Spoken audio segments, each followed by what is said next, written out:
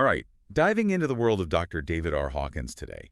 Going to be exploring some fascinating ideas about personal growth and consciousness. Sounds intriguing. We've got a stack of his books to guide us: Letting Go, Power versus Force, and Transcending the Levels of Consciousness. Oh, and don't forget, some excerpts from the Map of Consciousness Explained. That's a good one. Right. So, ready to unlock some serious inner power. Always up for that. Well, what's so interesting about Dr. Hawkins is that he wasn't just, some spiritual guru. Yeah. He was like a respected psychiatrist, right? Absolutely. Brought this really unique blend of clinical psychology and spirituality to the table. Yeah, I mean, he even developed this whole system of consciousness calibration, claimed he could actually measure the energy of our emotions and beliefs. Even historical figures. Yeah, that calibration thing definitely has me curious.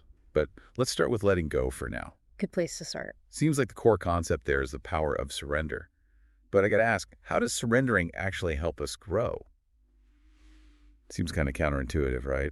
Yeah, it's a really key point. Dr. Hawkins, he kind of flips the script on how we usually view surrender. He doesn't see it as weakness at all. It's more about consciously letting go of all that baggage that weighs us down, the anger, the fear, all those limiting beliefs we keep replaying in our heads. It's like hitting the reset button. Yeah, exactly. Releasing the emergency brake on your personal growth, you could say. Okay, I love that analogy. And speaking of releasing the brakes, there's that story in Letting Go about the man who was terrified of dancing for 50 years. And then one night he just surrenders to the fear and boom, it vanishes. He's out there on the dance floor having a blast. This is an incredible story. What I found so interesting is how this breakthrough then unlocked all these other positive changes in his life, like a chain reaction. Makes you think, huh? It does. Have you ever experienced anything like that? Absolutely, yeah. I think we all have those moments where we let go of something that's been holding us back, and it's like this huge weight lifts and all these new possibilities open up. Yeah. So we're letting go, we're surrendering, but to what exactly? That's where this idea of the map of consciousness comes in, right? It's like woven throughout: power versus force, transcending the levels of consciousness, and of course the map of consciousness explained. You got it. So Hawkins basically gives us this scale that measures human consciousness, all the way from shame at the bottom to enlightenment at the top. Quite a range. But how does knowing about these different levels actually help us? Is it just about, labeling where we're at? It's way more than labels. Think of it as a roadmap. Imagine you're trying to get to a destination, but you have no idea where you are on the map. You're lost, right? Right. The map of consciousness is like having a GPS for your personal growth journey. Yeah. It helps you pinpoint your current location, your dominant emotional state, your thought patterns, and then offers guidance on how to move toward, a destination of greater fulfillment and joy. Okay, I like that. A GPS for the soul. Exactly. But there's so many levels on that map, from shame all the way up to enlightenment. Yeah, it's pretty extensive. Can we break down a few of the key ones so we can get a sense of how this map actually works in real life? Sure, let's start down at the bottom with shame, which calibrates at just 20 on Hawkins' scale. This is the energy of feeling completely worthless, hopeless, like you just want to disappear. Oh, that sounds heavy. It is. Think about those times when you've been stuck in a spiral of negative self-talk, where you just feel completely defeated. Oof, I think we've all been there at some point. Yeah. Definitely not a fun place to hang out. So what's the next step up from that pit of despair? Moving up from shame, we encounter guilt at 30.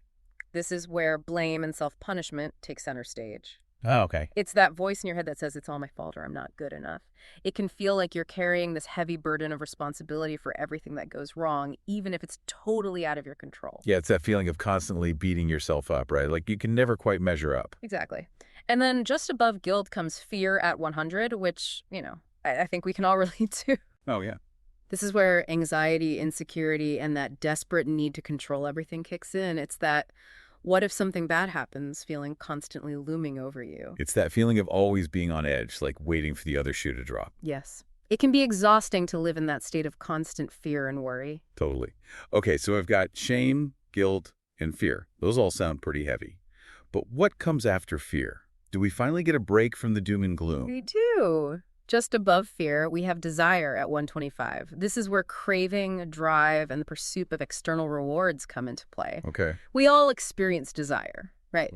It's what motivates us to achieve goals, to seek out pleasure and satisfaction. But according to Dr. Hawkins, if we're stuck at this level, we're constantly chasing after things outside ourselves, believing that happiness lies in acquiring more possessions, more status, more achievements. It's that I'll be happy when mentality, right? Like, Yeah. we're always striving for that next thing, thinking it'll finally fulfill us. Exactly. But here's the thing. True fulfillment doesn't come from external things. It comes from within. Right. And that's why moving up the map of consciousness is so important. It's about shifting our internal state rather than just trying to change our external circumstances. Okay, so if desire is all about chasing external rewards, what's the next step up from that? Above desire, we encounter pride at 175. Now, at first glance, pride might sound like a positive thing, but Dr. Hawkins is painting a different picture here. He's talking about ego-driven pride, the kind that's rooted in arrogance, denial, and a constant need for validation from others. So it's like that fragile sense of self-worth that crumbles easily if we don't get the recognition or approval we crave. Exactly. It's that I'm better than you attitude that can lead to judgment, competition, and a disconnect from others. Ah, gotcha. So it sounds like we've been exploring a lot of levels that are marked by fear, negativity, and a sense of lack. Is there a point on this map where things start to shift, where we start to access a greater sense of power and fulfillment? There is. And that turning point is courage, which calibrates at 200 on Hawkins scale. Ooh, okay. This is where things really start to get interesting. Okay, I'm ready for some good news. So what does this level of courage actually look and feel like? Is it about being fearless and taking on the world? Not necessarily about being fearless because, we all experience fear. Yeah, of course. But it's about acting in spite of our fears. Yeah. It's about that spark of, I can do this even when it feels scary or uncertain. It's about stepping outside of that fear-based mindset and choosing to move forward with confidence and determination. I'm sensing a theme here, like awareness, conscious choice, and this willingness to let go of what's keeping us stuck at those lower levels of consciousness. You're picking up on something really important, I think. The journey up the map of consciousness is about becoming more conscious, more aware of our thoughts and emotions and beliefs, and then choosing to align with those that empower us rather than those that hold us back. I like that. That's a great segue to the next level on the map, neutrality at 250. This is where we finally start to experience some inner peace and stability. Right. Yes. Neutrality is about finding that inner balance, that sense of calm and ease, even when things around us are chaotic. It's about not getting swept away by emotional extremes, being able to go with the flow and respond to challenges with a sense of flexibility and resilience. That sounds like a pretty chill place to be. But we don't want to get too comfortable there, do we? No, we want to keep moving up. We got to keep moving up. Absolutely. And just above neutrality, we reach willingness at 3N. This is where we start to take that inner stability and channel it into positive action. Okay. It's about becoming proactive, optimistic, and goal-oriented. It's about that can-do spirit that propels us forward even when faced with obstacles. So it's about taking that inner confidence and putting it into practice. Exactly. And as we move up from willingness, we encounter acceptance at 350. This is where peace, forgiveness, and inclusivity become the driving forces. It's about embracing ourselves and others unconditionally, seeing the good in every situation, and choosing to focus on solutions rather than problems. This is starting to sound like a pretty amazing place to be. It is. Acceptance is a powerful state of being, and it lays the foundation for even greater levels of fulfillment and joy. So what comes after acceptance? Yeah. Where does this journey of personal growth ultimately lead us? Above acceptance, we find reason at 400.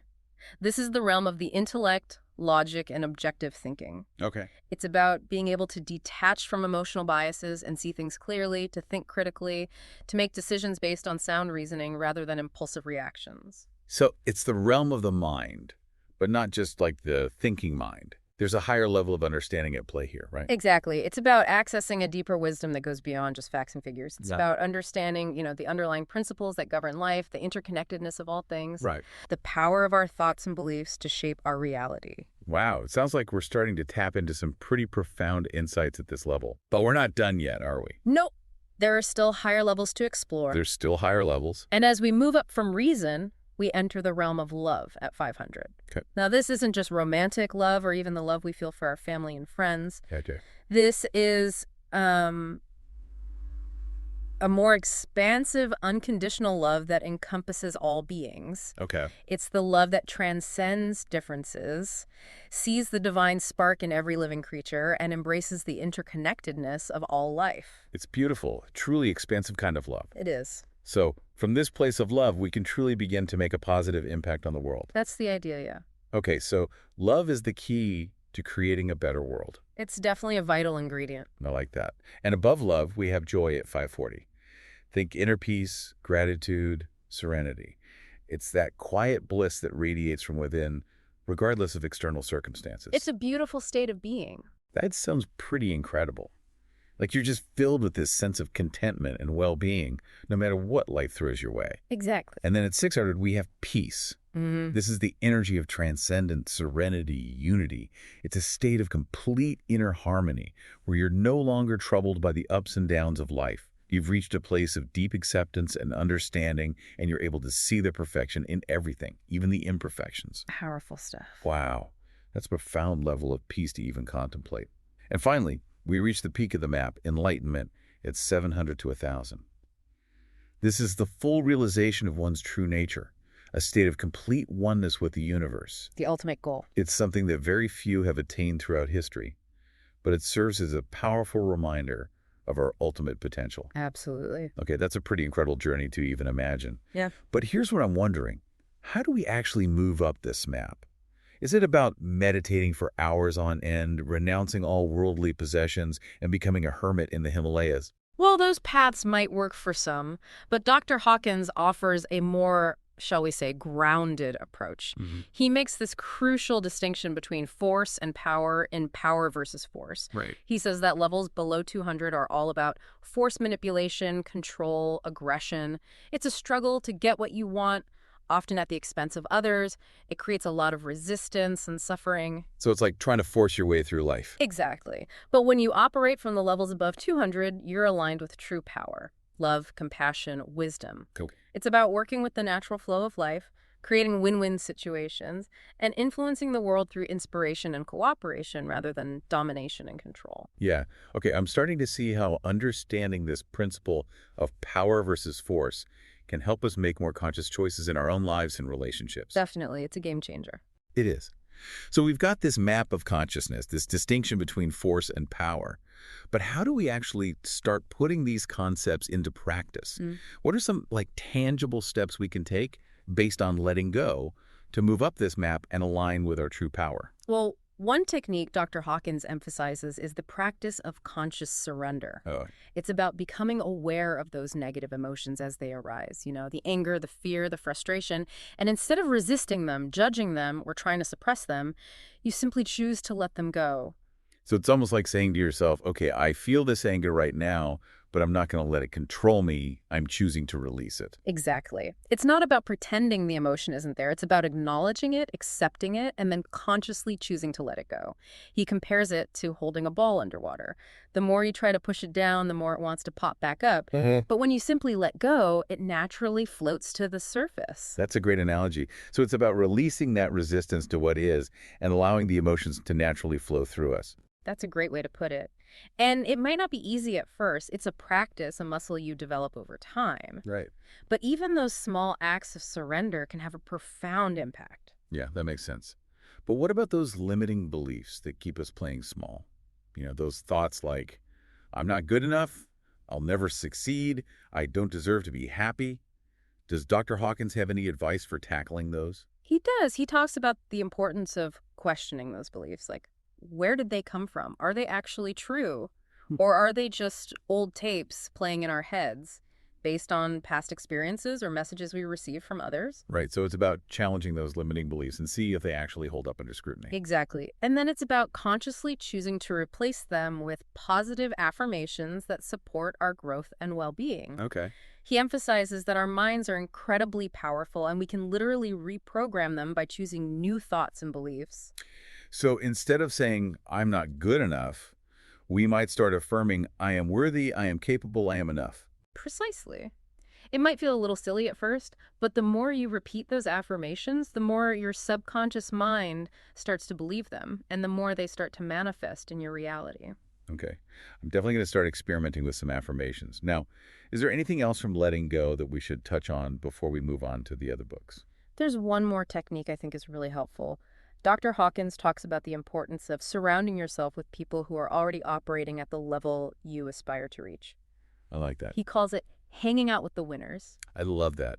It's like the saying, you become the company you keep. Exactly. Yeah. The idea is that their energy, their mindset, their way of being will start to rub off on you. It's like giving yourself a positive energetic boost. So if you want to raise your consciousness, start spending more time with people who are already embodying the qualities you want to cultivate. That's great advice. So we've got surrender, we've got questioning limiting beliefs, and we've got surrounding ourselves with positive influences. Those are some pretty powerful tools for personal growth. They are. Now, before we move on to the other books, there's this consciousness calibration thing that keeps popping up in my mind. How exactly did Dr. Hawkins claim to measure these energy levels? And has his method been met with any, shall we say, skepticism?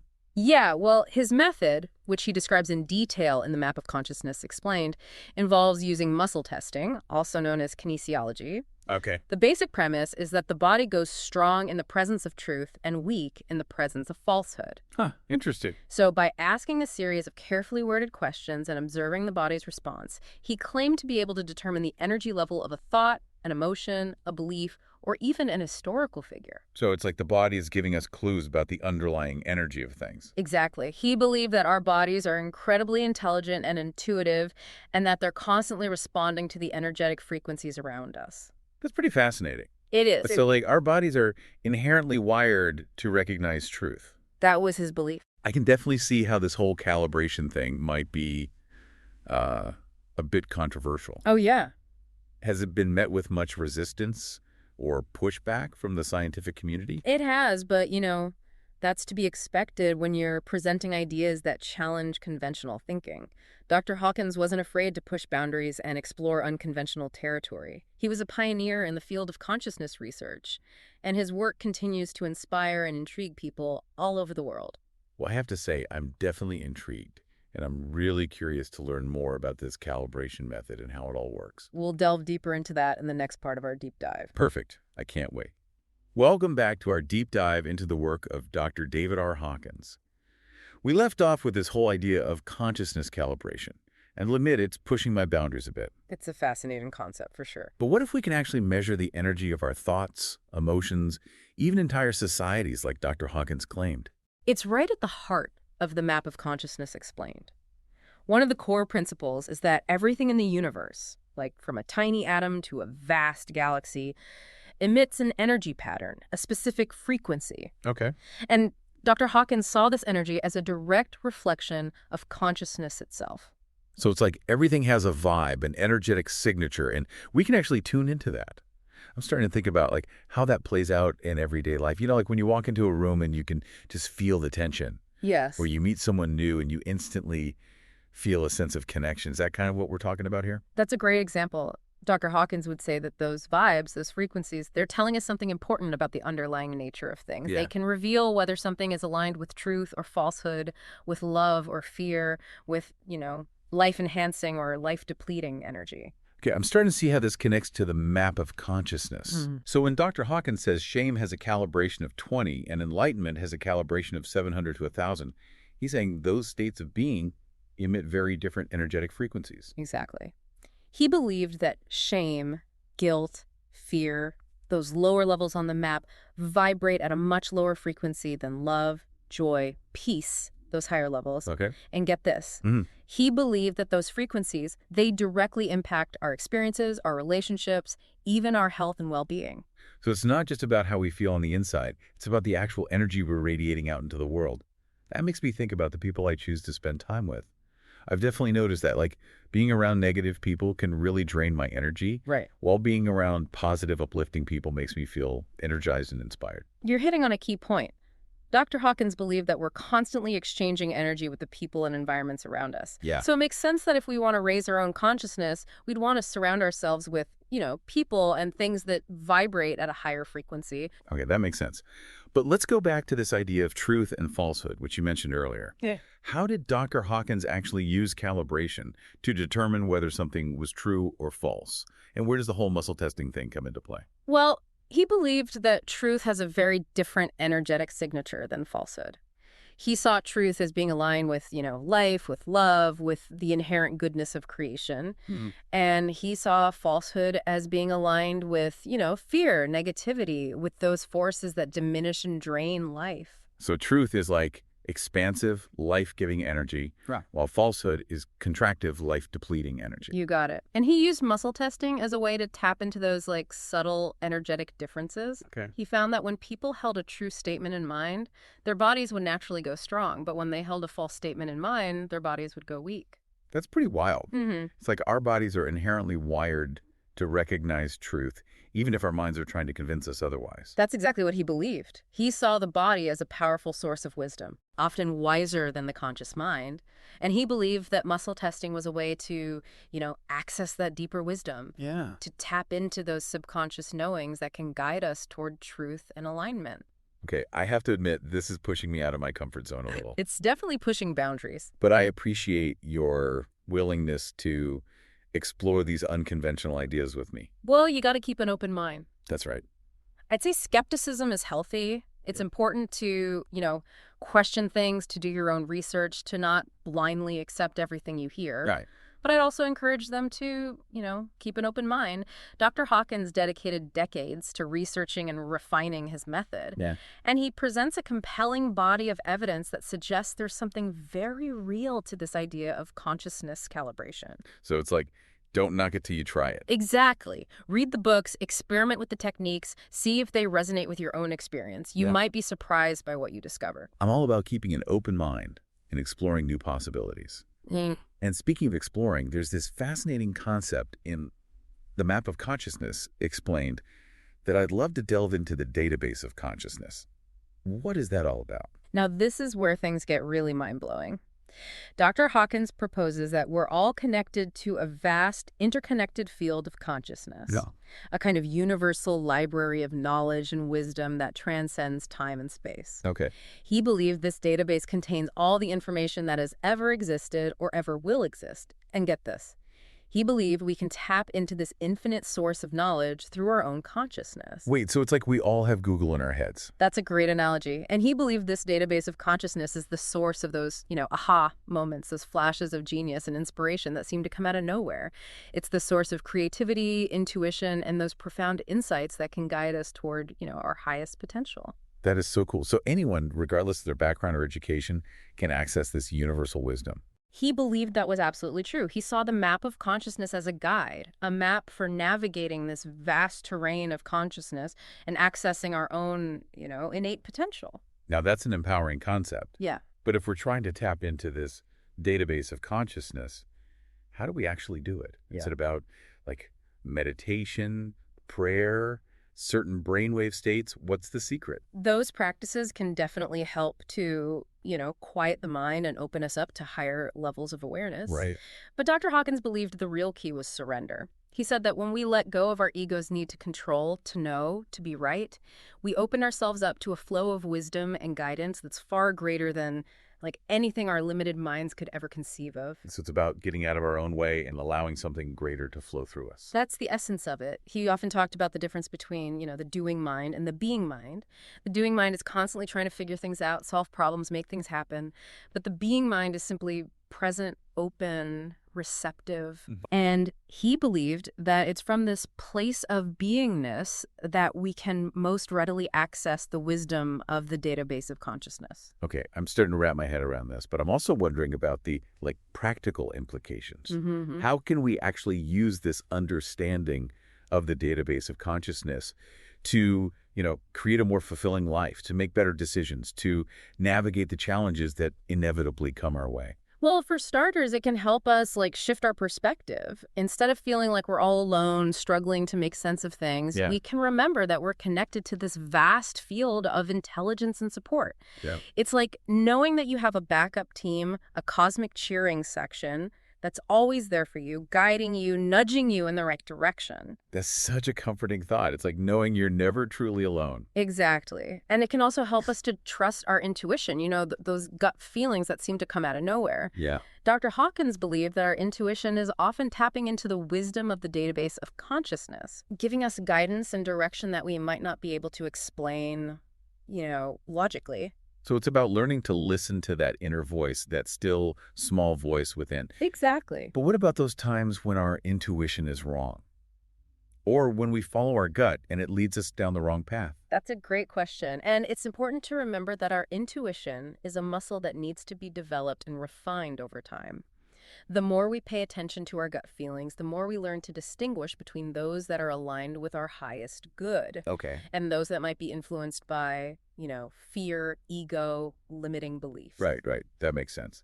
It's like anything else, practice makes perfect, or at least it helps us to become more skillful and discerning. Exactly. And it's also important to remember that we always have free will. We can choose to follow our intuition or not. We can choose to listen to that inner guidance or to ignore it. Ultimately, we're the ones in the driver's seat. I'm really resonating with this idea of surrendering to a higher intelligence, to the wisdom of the database of consciousness. It's like taking the pressure off ourselves to have all the answers, to figure everything out on our own. It can be incredibly liberating, can it? It can. It allows us to relax into the flow of life, knowing that we're being guided and supported even when things seem uncertain. Yeah. It's about trusting that the universe has our back, even when we can't see the bigger picture. I'm feeling a sense of peace just thinking about it. But I have to ask, did Dr. Hawkins ever talk about how to protect ourselves from negative energy or influences, especially given this idea that we're all energetically interconnected? It seems like if we're constantly exchanging energy with others, we could be vulnerable to picking up some not-so-great vibes. That's a really important point, and he did address that. Okay. He talked about the importance of setting energetic boundaries, of not allowing ourselves to be drained by, people or situations that vibrate at a lower frequency. And he emphasized that love is the most powerful protective force there is. Yeah. He said that when we're aligned with love, we naturally repel negativity. It's like having an energetic shield that deflects those, lower vibes. So if I'm radiating love, negative vibes just bounce right off me. That's the idea. That's pretty cool. Yeah. But how do I actually radiate love? Is it about thinking happy thoughts all the time, or plastering a fake smile on my face? It's not about pretending or forcing anything. Okay. It's about cultivating a genuine state of love and compassion within ourselves. And that starts with forgiveness. We talked about forgiveness earlier, but I'd love to hear more about why Dr. Hawkins placed such a strong emphasis on it. What's so powerful about forgiveness? Well, he saw forgiveness as an act of power, a way of reclaiming our own energy and freeing ourselves from the grip of, resentment, anger, and bitterness. He said that when we forgive, we're not condoning the other person's actions. We're simply choosing to release the negative energy that's holding us captive. So it's not about saying what they did was okay. It's about choosing to let go of the pain and resentment so we can move on with our lives. Exactly. It's about recognizing that holding on to anger and resentment is like drinking poison and expecting the other person to die. You're only hurting yourself in the process. That's a powerful analogy. And it highlights the importance of taking responsibility for our own emotional well-being. Yes. Regardless of what others have done or haven't done to us. Exactly. Okay, so forgiveness is key to cultivating love, which then acts as this protective shield against negative energy. I'm starting to see how all these pieces fit together. But there's one more concept from the Map of Consciousness explained that I want to touch on before we wrap up this part of our deep dive. Dr. Hawkins talks about how our perception of the world is directly influenced by our level of consciousness. Yes. Can you elaborate on that? Absolutely. He believed that our level of consciousness acts like a filter, shaping how we interpret our experiences and interact with, the world around us. He said that people operating at lower levels of consciousness tend to see the world as like a hostile, threatening place full of scarcity and limitations. They're more likely to focus on, what's wrong, to see the glass half empty, to expect the worst. So it's like they're seeing the world through a lens of fear, negativity, and lack. Exactly. But as we raise our consciousness, as we move up that map, our perception shifts. Okay. We start to see the world as a more benevolent, abundant place, full of opportunities for, growth and connection. We're more likely to focus on what's right, to see the glass half full, to expect the best. It's like we're putting on a new pair of glasses that allows us to see the beauty and goodness that's always been there, but Yes. that we couldn't perceive before. That's a beautiful way to put it. And Dr. Hawkins believed that this shift in perception isn't just some, fluffy feel-good idea. Right. It has a profound impact on our experiences.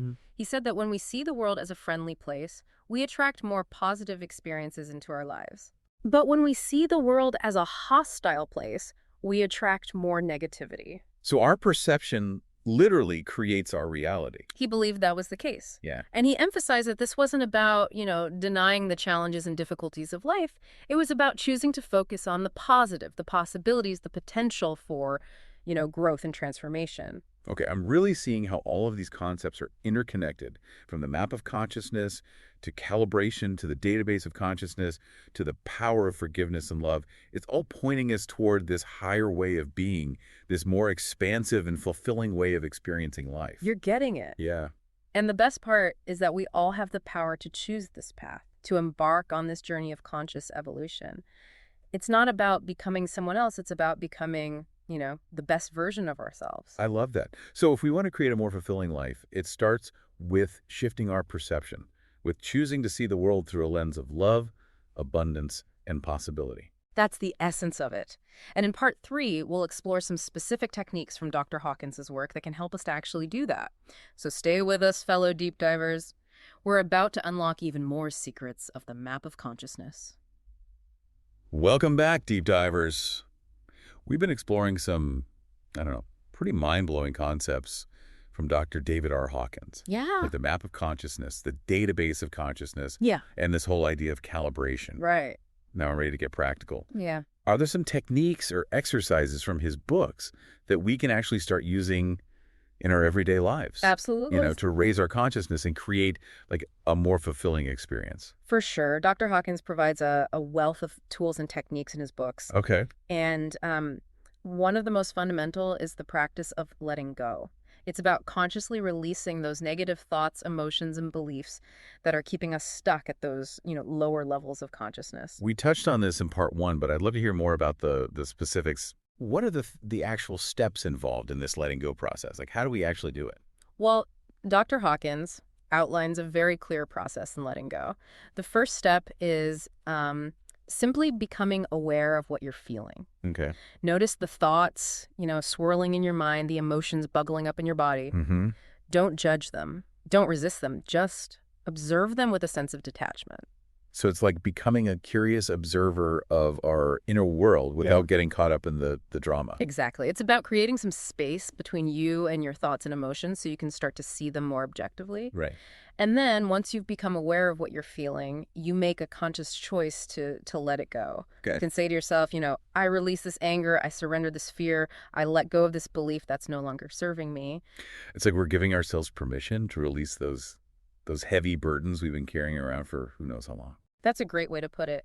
And, Dr. Hawkins emphasizes that you might need to repeat this process many times, especially with those like deeply ingrained patterns. Right. It's not a one-time fix, it's a practice. So it's like building a muscle. The more we practice letting go, the easier it becomes. Exactly. And remember, he reminds us that surrender isn't about, giving up or becoming passive. Right. It's about aligning with a higher power. Okay. Allowing, a greater intelligence to flow through us. Well, it's like we're stepping out of the driver's seat and letting the universe take the wheel. That's a great analogy. I like that one. It's about trusting that there's a wisdom and intelligence operating at a level beyond our limited understanding. I like that. Okay, so we've got this practice of letting go. What other techniques does Dr. Hawkins offer for raising our consciousness? Another powerful tool he emphasizes throughout his books is the use of affirmations. He encourages us to choose positive statements that align with the qualities we want to cultivate in our lives. Things like love, joy, peace, courage, compassion, and to repeat these affirmations regularly, especially when those, negative thoughts or beliefs start creeping in. So it's like consciously choosing new thoughts and beliefs that support our growth and well-being. But how does simply repeating these affirmations actually create change? It seems like a bit too easy. Well, it might seem simple, but it's incredibly powerful. Dr. Hawkins was a firm believer in the power of the subconscious mind. Okay. He said that our subconscious mind is like a fertile garden. Okay. Whatever seeds we plant there will eventually grow. So if we're constantly planting negative seeds, thoughts like, I'm not good enough or I'll never succeed, those seeds will eventually sprout into limiting beliefs and self-sabotaging behaviors. Right. But if we start planting positive seeds, affirmations like, I am worthy, I am capable, I am enough, those seeds will eventually sprout into greater confidence, self-love, and, a more fulfilling life. I love that analogy. It makes so much sense.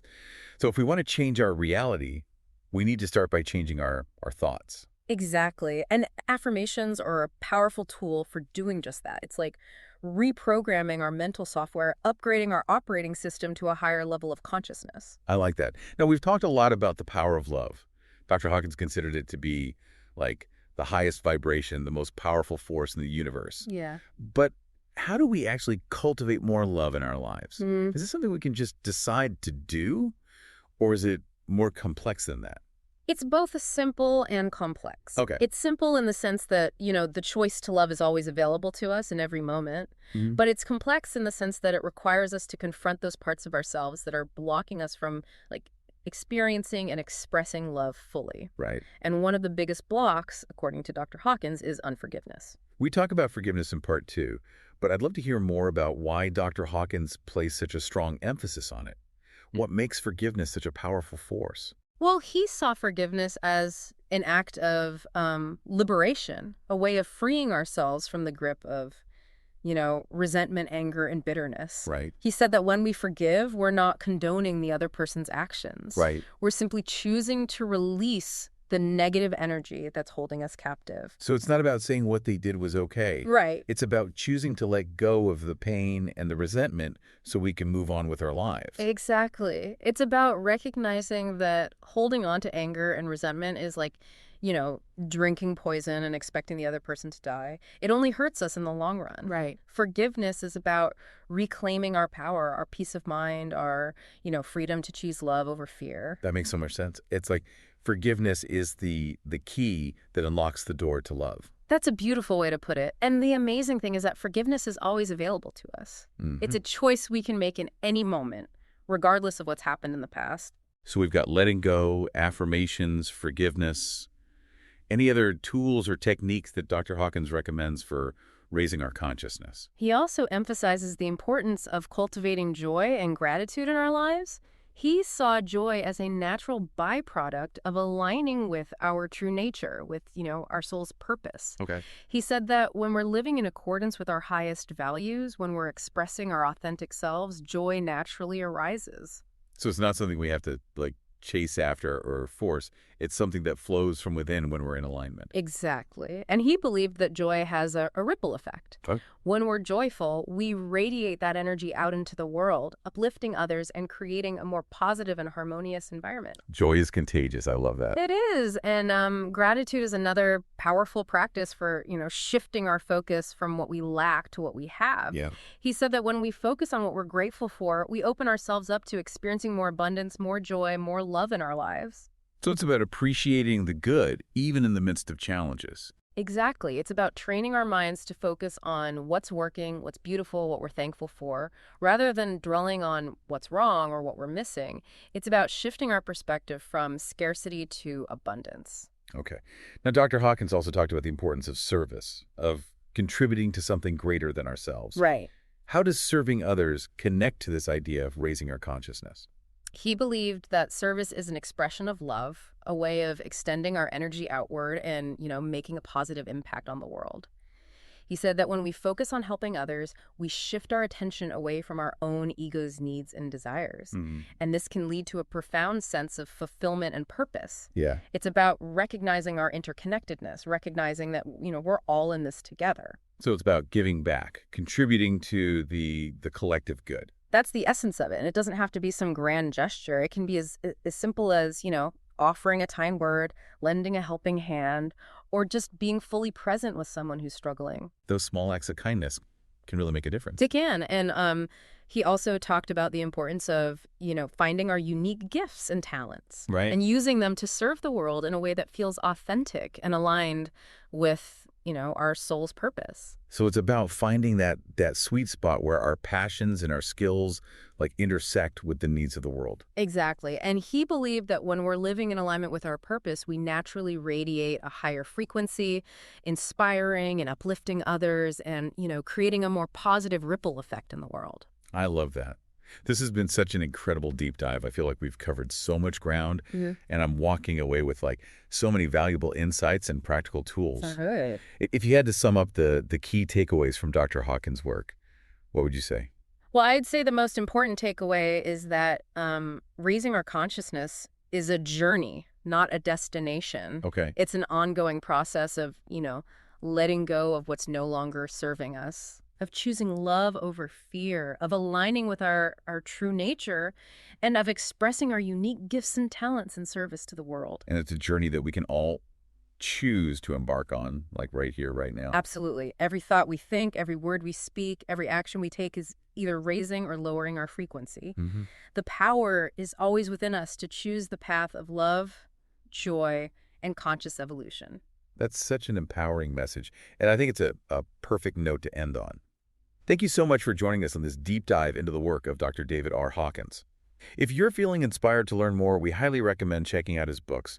And remember, the journey of consciousness is an adventure. It is. And the rewards are limitless. So keep diving deep, fellow explorers, and keep shining your light. Until next time.